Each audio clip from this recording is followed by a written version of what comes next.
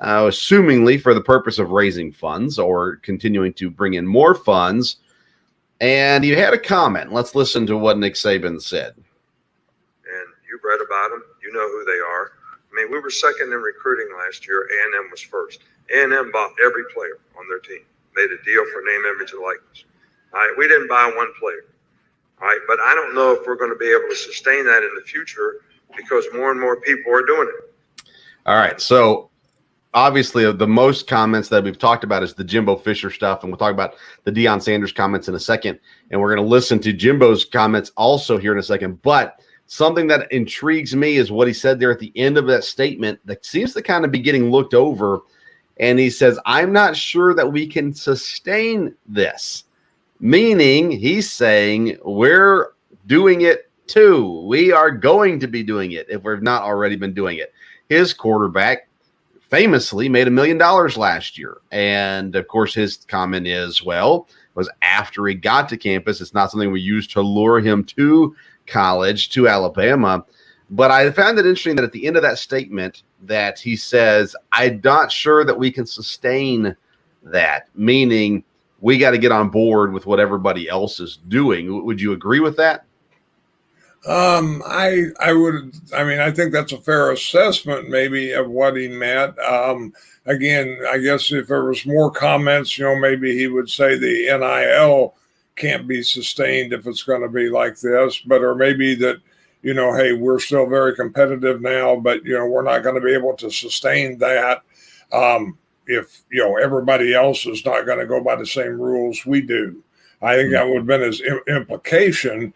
But yeah, it's Nick Saban always knows why he's saying what he's saying. So well, and it's in a room full of money. He's in a room full of money, and they've obviously done a great job of making sure that Alabama athletes receive money.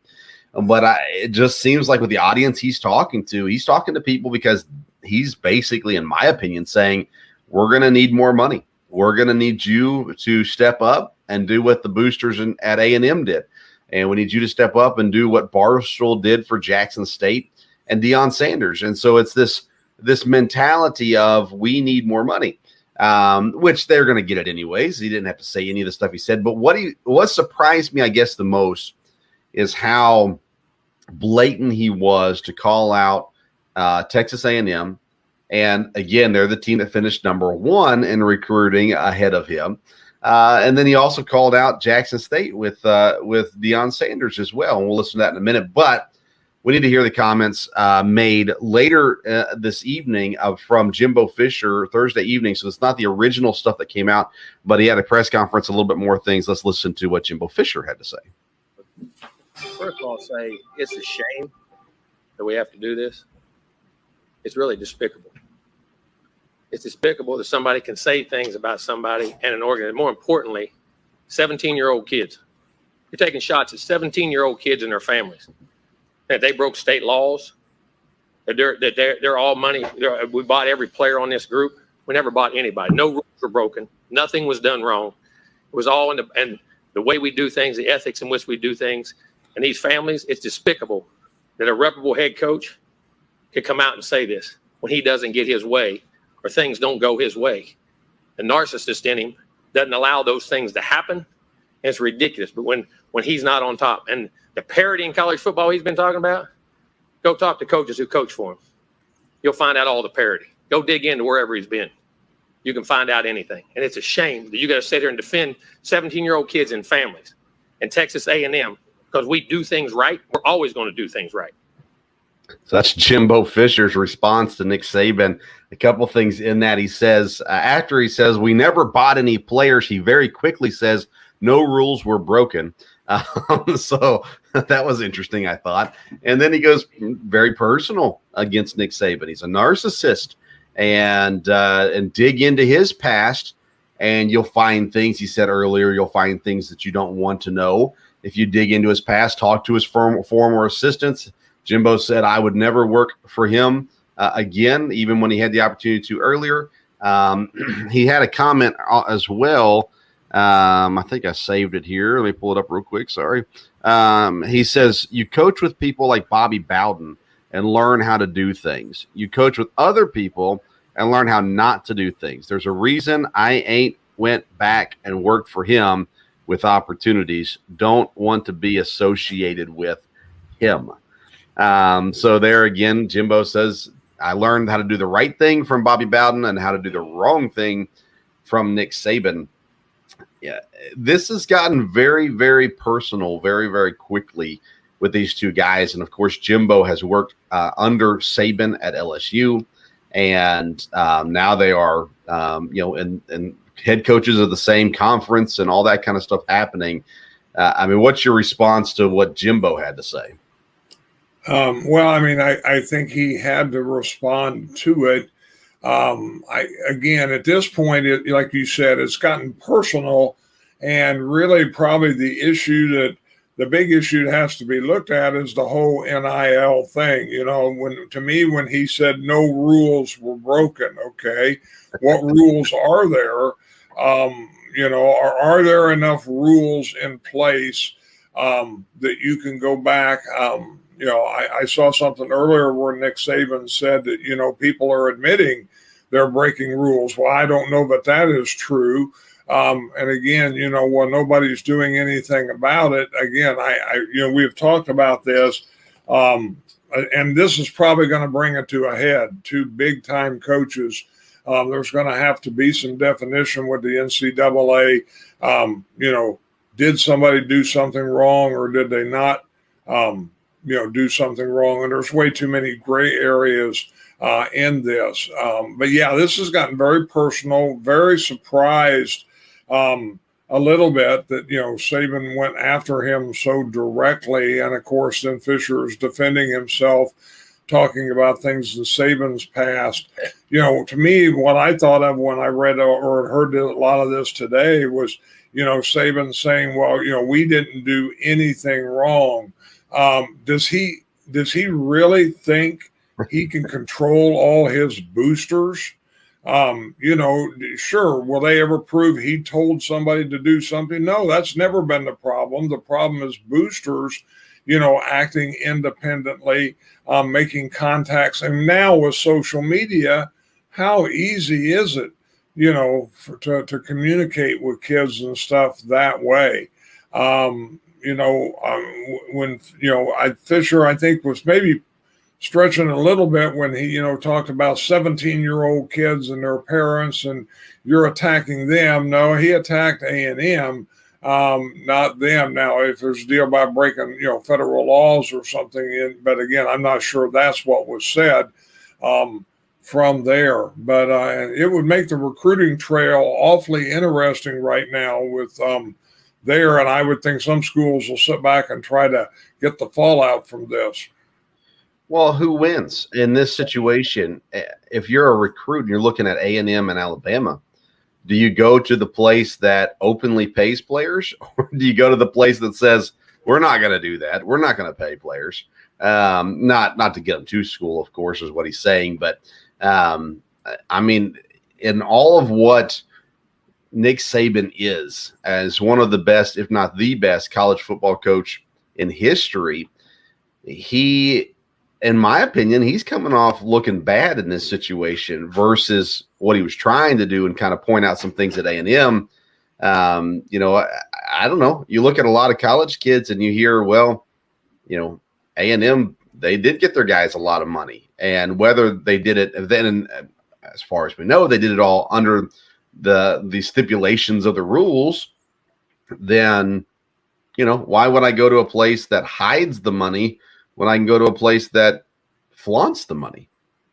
Yeah, I mean, the way the system is right now, kids, it's all right for them to go and get money. And obviously they're going to know where the better opportunities are, whether they're promised stuff.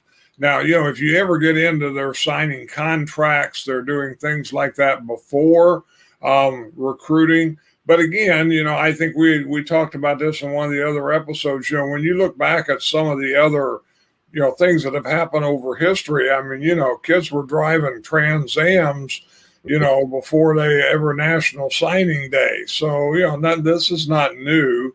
And actually, that was at one of the schools that we're talking about here. So,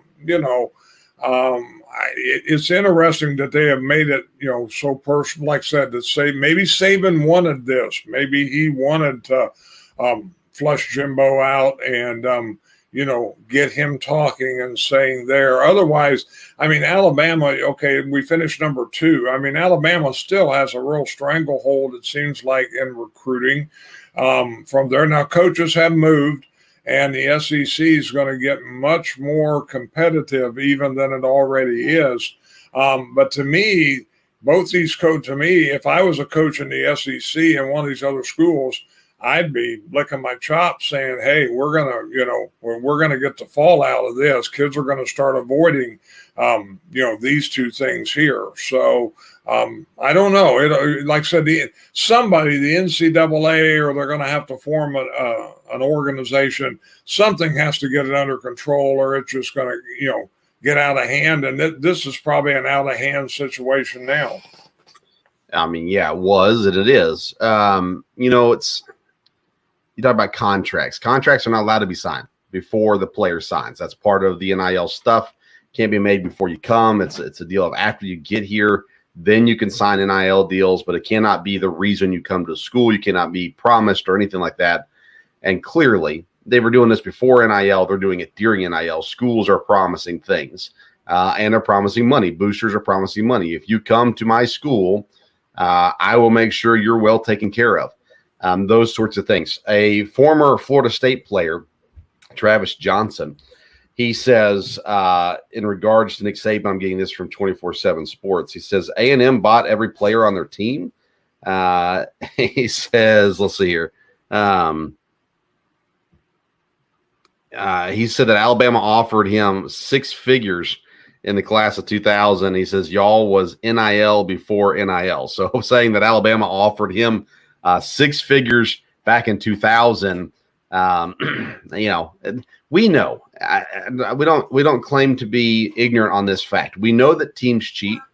We know that schools pay players. It's happened all along. I live in Lexington, Kentucky, and when we hired John Calipari at the University of Kentucky, everybody that was against Kentucky said, "Oh, well, he's a cheater, and just wait, you're gonna give up all your wins at some point." And I said, "Yeah, and it's gonna be worth it. Every single bit of it. Whatever Cal does to get players in, if he wins championships, whether eventually they get taken away or not, it's going to be worth it. We're going to be happy with it because they're winning games and it's exciting and those kinds of things." Now, Cal's only won 1 championship and he has not lived up to the hype. But that being said, I don't think Alabama fans care if Nick Saban's cheating. I don't think A&M fans care if Jimbo Fisher or the boosters are offering money before players get there. All they care about is, do we win? And now you got a huge game coming up this fall at Alabama with A&M in town. It's going to be an absolute chaos. It's going to be a lot of fun at the same time. And at some point we're going to like it. Let's listen to one more thing Saban said, this time talking about Coach Prime, Deion Sanders. Just like Nate said, we have a rule right now that says you cannot use name, image, and likeness to entice a player to come to your school. Hell, read about it in the paper. I mean, Jackson State paid a guy $1 million last year that was a really good Division I player to come to school. It was in the paper, and they bragged about it.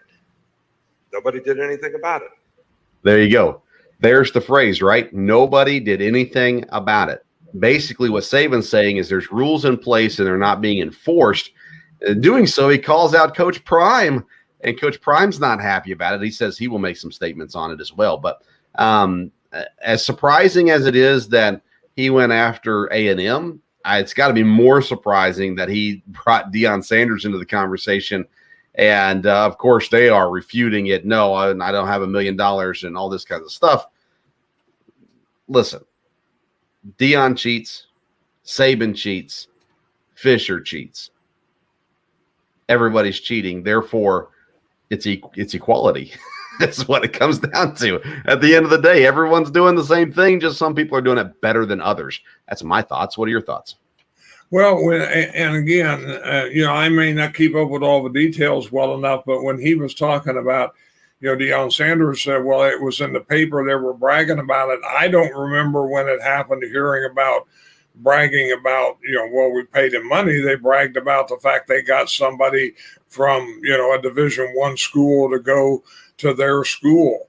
And again, why would Saban worry about, one guy unless he's worried about, I mean, most little schools are not going to be able to do that. And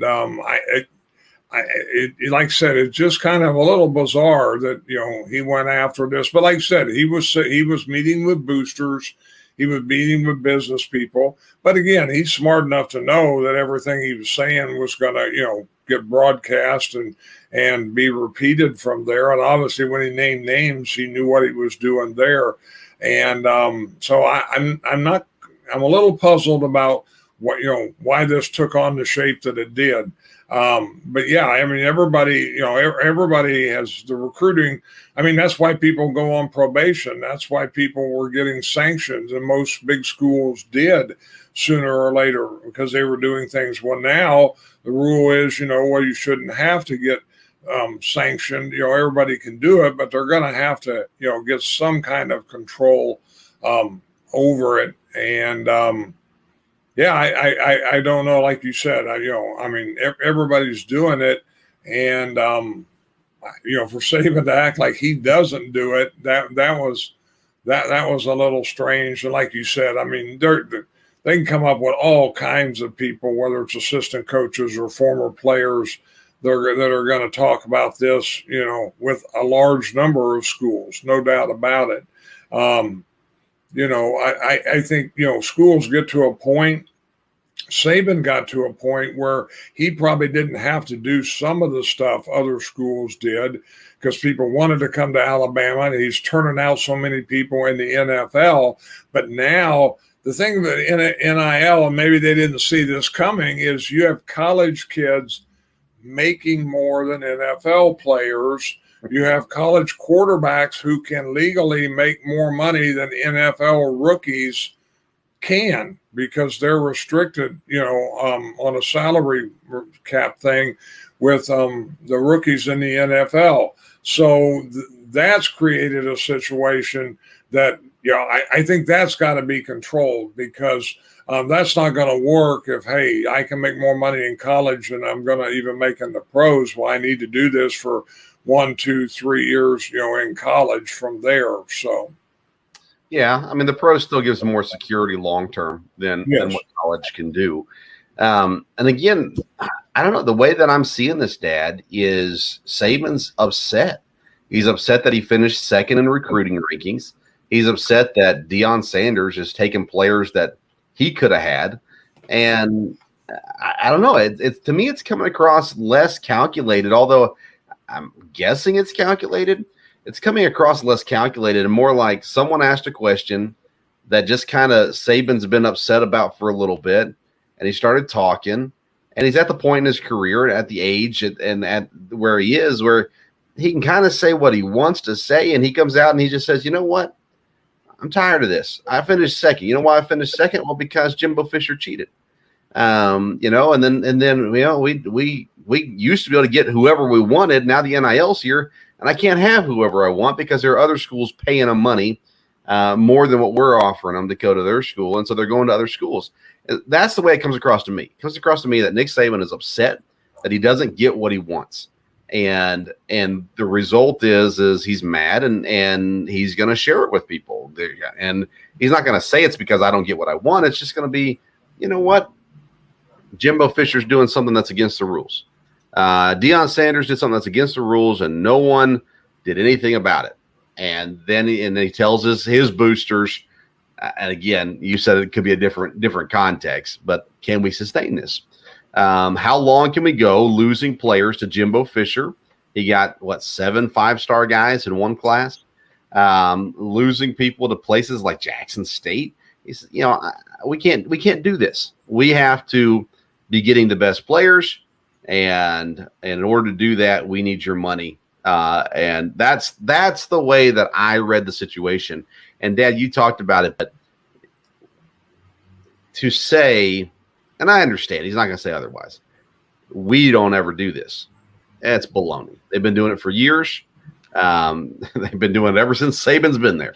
And here we sit, just a bunch of old men griping and complaining because they're mad about who knows what. And at the end of the day, they're all doing the exact same thing. Any more? No, like I said, I agree with you there, and it'll be interesting to see. I think there'll be some fallout from this because you have such high profile people involved. But you're right. Saban apparently is worried that the talent pool. And it's interesting that these two, that he went after him. Of course, we haven't heard any complaints necessarily. Of course, these were the top two recruitings, but there were still some other teams in the conference that did very, very well. The SEC is going to be an interesting animal for the next couple of years once you bring in Oklahoma and Texas and everything moving there with the coaches they have. And of course, what's got lost now is one of the comments a month or so ago. It was our buddy Lane Kiffin, that talked about the luxury tax that was going to get hit on A&M or whatever. So, and I'm sure we'll hear from him in the near future. And what's surprising to me is, what didn't get brought up? USC. USC has landed all kinds of people since hiring Lincoln Riley.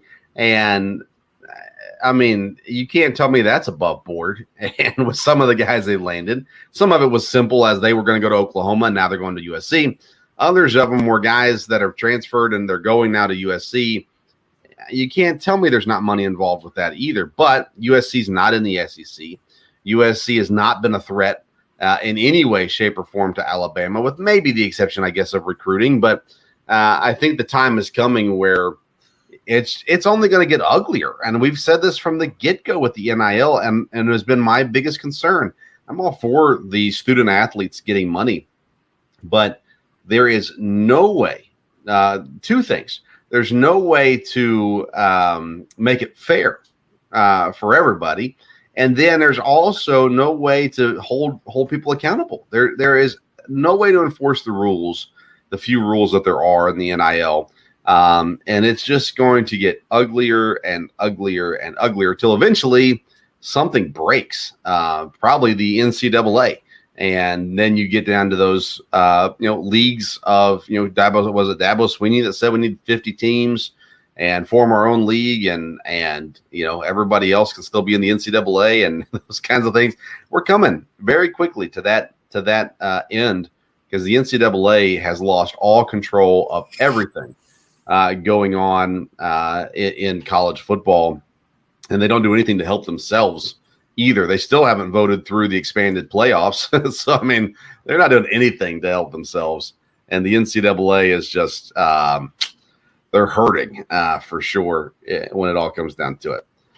Other college football news, Dad, is the announcement was made that now conferences, there's new championship rules for the conferences. They no longer have to have divisions. They can kind of just put whatever two teams they want to in their championship game. And that's going to get ugly too, isn't it? Yes, it is. Again, if there's no standard, if each conference can decide on their own, because I think one conference, I'm sure we'll talk about it here in a little bit, has already moved on this, and they have a deal with what percentages or win percentage in the conference games, but it doesn't mean everybody would do that. Again, if the NCAA doesn't make some kind of uniformity, but again, that's hard to do because the size of the conferences is changing, the numbers of teams in there are changing, and this will make it very, very interesting for some of the big, because now when the conference gets so big, everybody can't play everybody. So now scheduling is going to get to be definitely more of an issue. The conference schedule, maybe not as much as the total overall schedule, as far as being able to win your conference championship game. Again, I'm sure you'd like to think the NCAA thought about this, but when you get bigger conferences, I've said that from the beginning. There's going to be, they're going to have to organize this, especially the SEC, but others too, how are they going to, how's this going to be scheduled? How are they going to play? And there could be a real disparity, if boy, we've got to play 4 good teams and this team only plays 2 of the better teams. So it was kind of that way with the divisions in some ways. I never liked the fact that a weak division team could, be in a conference championship. But now that the bigger conferences are going to make that more complicated. And like I said, I think we're headed to, was a super conference, something different than just these individual conferences, because again, there's just going to be problems every year. Yeah, Pac-12 is the conference you mentioned. It's already gone away, scrapped all their division stuff, and going to reset kind of how they do it, trying to help themselves out, getting into the college, playoffs and all that kind of stuff. I don't know. To me, it feels like there's not progress being made. It's going the other direction, or whatever is technically the opposite of progress. It's regress, I guess. I don't know. But I don't like it, man. College sports are so fun, have been. I've gotten really involved down here at Eastern Kentucky and going to football games and basketball games, and it's still small and enjoyable and whatever, but everything else has just gotten, I don't know, out of control. It's changing so much. It's taking away the innocence, even though there was never innocence in college sports. Go back to SMU, go back to other things as well. There's never innocence, but it takes away the innocence of college football and just makes it more like a professional sport. And we've already got professional football. We don't need another professional league. We just need college football for what it is, the atmosphere, the energy, the rivalries, all that kind of stuff. And now it's going to get down to where teams are manipulating their way into things because the conference is doing their part so that they get money. It all comes back to money at the end of the day for college football. Yeah, it does. Again, the NIL, started out with saying, well, hey, these kids ought to be able to make some money while they're in college. But like I said before, college sports was about, kids, getting scholarships. Not every athlete obviously graduated, but there's people that have gone back and graduated after. And the deal is it'd be important to get a college degree. You're a freshman in college and you're making the money some of these guys do. You're just easy to say, why do I need a degree? Now, they may someday, but I think that's really diluting the whole idea of a scholarship is beneficial or a scholarship is a big deal. The big deal now is how much, money you can make with NIL. Yeah, I don't think the education aspect of college sports has been the focal point for several years now. But there was still that, school pride, I guess. There's less and less school pride. It's all about individuals. And, it's causing problems in the locker rooms. Wait a second, this kid made how much money? I've been starting here for 3 years. This freshman made how much money? Those kinds of things. It's going to cause issues in the locker rooms, more things for the coaches to have to deal with and manage. And again, it just takes away from what once was, hey, I get to play for this school. And now it just doesn't seem to be the same as it once was. At Kentucky, we had an issue with basketball this year. Shaden Sharp, he comes to Kentucky, never plays a second of Kentucky basketball. And now he's going to go in the NBA. Looks like he's going to get drafted in the top 10 of the NBA draft. And Coach Cal is trying to brag about it. And the fan base is going, wait a second. This kid didn't even play for us. He could have played for us. He chose not to play for us. He used our university to get him to that next level, but he never once gave anything to this university. And now we're seeing, at least in Lexington, this turn against the school, against the athletic department, against the basketball program, because people are now using us. And because of that, now we're angry. Now, the reality is the fans want to use the players. But that being said, that's the shift. It's no longer about team spirit. It's no longer about school spirit. It's about what can I get? And everybody's selfish. I'm not pretending like I'm not. Everybody's selfish.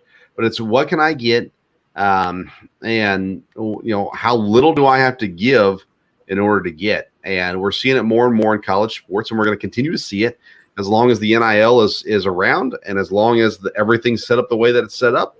It's going to continue to be an ongoing issue.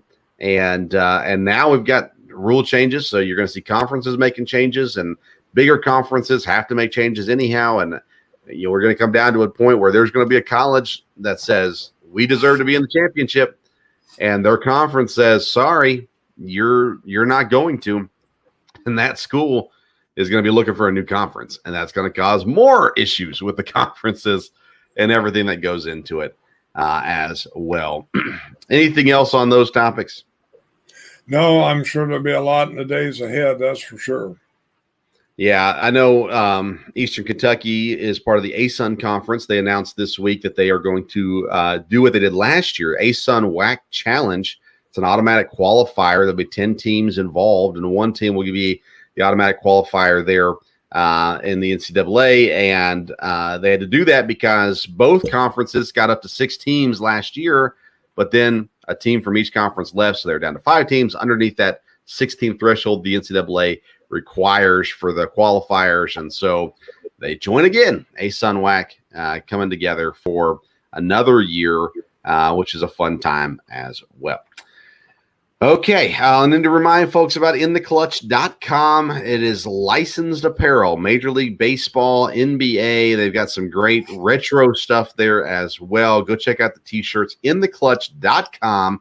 Use the code SPORTSSTOVE, and you're going to get 10% off your first purchase there at InTheClutch.com. Some great shirts and things available there for teams, for players, stadiums, different things like that. Some fun stuff there as well. All right, Dan, let's move. Let's go ahead and do the NBA. I know neither one of us spends a whole lot of time with the NBA anymore, but we are in the playoffs. We had some surprises happen with the Dallas Mavericks specifically moving forward. I was surprised about the Celtics. They were the higher seed, whatever. But I thought Milwaukee was going to beat them. They did not. So anyways, you've got Miami and Boston. They're actually playing, getting ready to tip off as we're recording. So we can't talk a whole lot about that at the moment. But game 1, Golden State and Dallas. Golden State dominated Dallas. Get the win. It's just one of those things where now you got a series, but to me, it's looking like we're going to be sitting there with Golden State in the finals. And I've mentioned that. I don't remember if it's been on this program or on one of the ones I was visiting on. But I felt like Golden State was a high likelihood of making the NBA finals because, again, of the team they had. But now they're going to go up against either Boston or Miami. Dad, you claim to be a Boston fan. Their coach went to the front office at the beginning of the season. They hired a new coach, pretty much the same players, and now they are just 4 games away from the NBA finals. Yes, I mean, somebody knew what they were doing on that one from there. And, again, they play good defense. They play well as a team. Where they can beat Miami, I don't know. But I do think, I've paid more attention to it this year. And there's been, some good basketball games, but a lot of good basketball to watch as far as the players that are involved. And so I think it'll continue to be that way right down to the championship series. I think it's a good year for the NBA, at least at this point, if they don't have any other, major issues come out of it. So. Yeah, I'm cheering for the Heat at this point just because they've got Bam Adebayo and Tyler Hero, Kentucky guys, on their team. Actually, they also got Michael Mulder. He doesn't play at all, but he's a Kentucky guy as well. So that's who I'm cheering for. I think Golden State and Miami. I texted my friend Brad, who hosts local sports radio here in Lexington, and he is a gambler. And Dad, neither you or I are gamblers. So I texted Brad and I said, Brad, Miami and 6 is at plus 750. So I said, go ahead and put $1,000 of your money on it. And if we win, then I'll give you 30% of the winnings. And he said my math was off on that. So I'm not sure what he meant by that. But nonetheless, Miami-Boston should be a great series. Miami won game 1. But I will say Miami in 6 and Golden State might sweep them, Dad. we'll give them one. I'll say Golden State in 5, but I don't know. I think the Warriors, unless they just have a down game, and as much as I like Luka, I don't think Dallas has a shot against Golden State. Well, no, I think, I mean, it looks like Golden State will definitely win. But again, when you look at the last series for Dallas, it wouldn't surprise me if they could win 2 games. But, we'll see what happens the next game there. The Boston series, I think, easily could go to game 7. But, we'll see. I mean, Miami, handled them obviously in the first game there. So I think it's still kind of wide open right now. We'll see. Yeah, Jason Kidd. We'll see how good a coach Jason Kidd is coaching in Dallas. He's had decent runs at his first stops as a head coach in the NBA, but that's been a long time ago. He's going to have to make some major adjustments because Golden State, the way they played in game 1, shut down Luka, just playing one-on-one for the most part with Wiggins covering him. I mean, goodness, it's an uphill battle at the very least. I like what they said. They asked the coaches about each other. Steve Kerr, said, yeah, Jason was a great player and he was great skills, all this kind of stuff. They asked Jason, he goes, yeah, I remember Steve Kerr. He had Michael Jordan. So not as much respect about Steve Kerr's playing days, I guess, for Jason Kidd as well. But nonetheless, should be fun series either way for both of those NBA series. All right, let's wrap up with some NFL talk. And let's see here. Bradbury, cornerback, playing for the Giants. Giants said, we can't pay you. Tried to trade him, couldn't trade him. They had to cut him. They cut him. He gets picked up by a division rival, the Philadelphia Eagles. And Dad, Philadelphia this offseason, they go out and they get a starting cornerback. They get A.J. Brown, a number 1 wide receiver. They have a great draft class. And again, I feel like we've talked about the East, but not a great division. Philadelphia, if Jalen Hurts plays above average, I mean, I'm starting to go lean Philadelphia as my dark horse Super Bowl pick this year. Well, I don't know about Super Bowl, but I think they've got a good shot at the division. I mean, they've definitely made moves. They've not just sit still from there. And like you said, if Jalen Hurts can perform at all, which I think he can, they've got a great shot, as far as winning the division. And of course, you win the division, you get, you're not only in the playoffs, you get 1 game at home, and, things can happen from there. So I think Philadelphia fans probably would be very positive going into this. Surely you'd have to be with the moves they've made. And like I said, getting the wide receiver, that was a big plus. A huge plus. Yeah. And again, I go back to Cincinnati Bengals. They went out and got all kinds of weapons for Joe Burrow, and now Philadelphia has added weapons for Jalen Hurts. And again, if it doesn't work out, Philadelphia is set up with draft picks to go out and get a quarterback in the draft as well. But I mean, just looking at the offseason so far, Philadelphia is one of the top teams, I think, that as far as winning the offseason, I think they've done a phenomenal job with what they brought in and really set themselves up for success. But now they're going to have to do it, obviously, on the field as well. You've got Philadelphia sources. I don't know if you've had a chance to chat with them since the draft to find out how excited they were about what Philadelphia is doing. Yeah, I haven't. I tried to get a hold of him last week, and I'll try here in the future because I am interested to see what the talk is. He keeps up on Philadelphia radio up there, and he has relatives that are very connected in. And so, yeah, I would think Philadelphia fans would be very optimistic.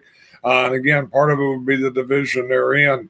So it'll be interesting because it looks to me like the one team that hasn't made as many positive moves was a team that everybody would say would be on top, which would be the Cowboys. But some people say they're loaded and, they're ready to go. So we will see. Of course, Washington, be interesting to see, with the new quarterback, if that can make a difference. And of course, they're very talented. We've talked about the skill positions and the defense that they have. And, the Giants have made some good draft picks. And again, they have a question of quarterback too. So that should be a very interesting division. Yeah, Brian Daboll, new Giants head coach, which I think was a great hire. He says we want Daniel Jones to turn it loose. Well, he's turned it loose many times. He's got a turnover-prone quarterback, but I'm not sure that's what he means by that. Dad, you know that it's very rare for us to feel bad for the Chicago Bears.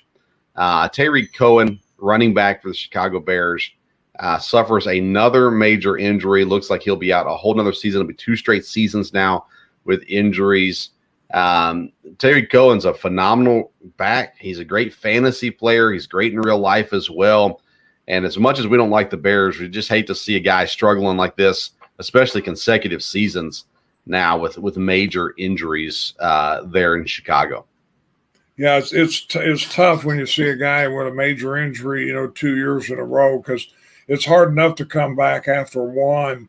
You don't find many that can come back after two, and of course, the team's going to have to make adjustments and get players in and everything like that. That was really, sad in many ways to hear about that, and even the way it happened. Yes, indeed. And then Deshaun Watson, he had a meeting with the NFL this week. I'm sure talking about the legal issues and everything going on. If you had to guess right now, how many games is Deshaun Watson getting suspended? I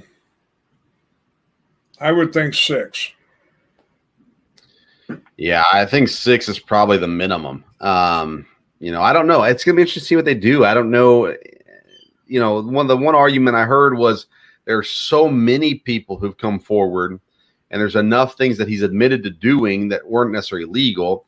There's enough there for them to have plenty of ammunition to suspend them for as long as they want to. I think it could be 10 games that gets appealed down to 6, or 8 games that gets appealed down to 4. But I think 6 is the minimum that he gets suspended. And I think it's one of the reasons, not the only reason, but one of the reasons why Cleveland hasn't gotten rid of Baker Mayfield yet. There's a chance they need Baker Mayfield.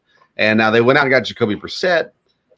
I would still take Baker Mayfield over Jacoby Brissett. And I think Mayfield getting a second chance somewhere else might be really good for him and beneficial for the team that gets him.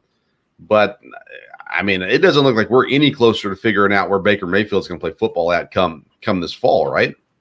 No, we really haven't. And I'd be surprised, no matter how long that Watson gets suspended for, that if Mayfield would want to go back and play there. Right. I think the bridges have been burned there, and he'd be lame duck at best. And I just don't think that's where he wants to be. But I'm a little surprised he isn't anywhere yet. So you never know. But I'm sure the Browns in many ways are wanting to see. I think it's good that Watson and the NFL are meeting that way. They can get some direction on what's going to happen there. So. Yep, I agree with you on that one. All right, that's all I got. You got anything else that you want to talk about before we close up? No, like I said, there's just a circus going on in college football, so I'm sure it'll keep building and building, and we'll see what happens. Well, I'm going to talk about that circus next Friday. Indiana head football coach Tom Allen joins the show. It'll be the 3rd time he's come on the program.